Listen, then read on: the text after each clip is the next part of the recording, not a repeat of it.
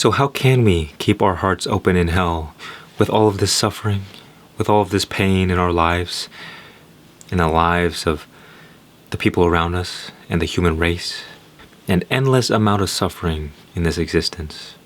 And what are we to do about it? Because if we keep our hearts open, then they might break. And if we close our hearts, then we cut ourselves off from the source of love. We cannot give to others what we don't have ourselves. You see, this love that is in all of us is the cure for suffering, is the cure for evil, is the cure for darkness. And so by cutting ourselves off from this love, we allow the darkness to remain. We allow the suffering to continue. And it is those who are the most strong who have to bear this burden. The hard thing about love is that it causes you to care. And when you care, you want things to be a certain way, and you don't want them to be another way. You don't want things to be bad. And sometimes, because we are good-hearted, you care too much at your own expense. There is a balance of keeping your heart open, but not allowing the negativity of the world to affect you. You can still love somebody fully without being so invested in the story, invested in trying to be a helper, to trying to save somebody.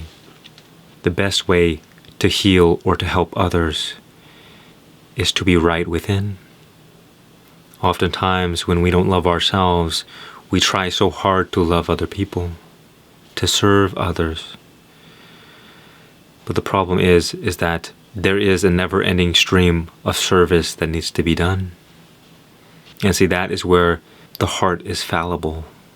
It says, I will give my everything to you even if it kills me.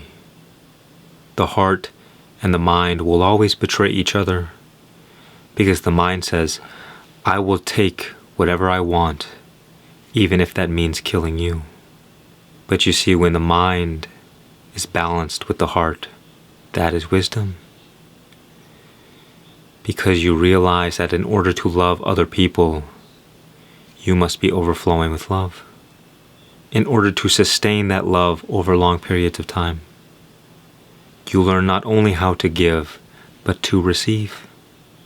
And that is where the flow of energy is able to circulate. If it's all give and no receive, then you empty and die. And if it's all take and no give, you empty and die. When bad things happen, when we suffer in this life, it is never designed to destroy us or to break our hearts. It is often designed to break our minds so that the love from the heart is no longer stifled. Whenever I have found myself at a low point, or when I've made a mistake, those are the times where I feel the most compassion, because I realized how difficult it is to be a human, and we're all on this human struggle together.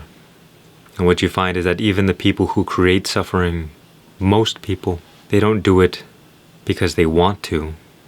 They do it because they themselves are hurt and lack love. Because those who are full of love don't hurt others, and they don't hurt themselves. But those who are imprisoned by the mind, who want nothing more but their own selfish desires, that is where all the suffering and evil of the world arises from.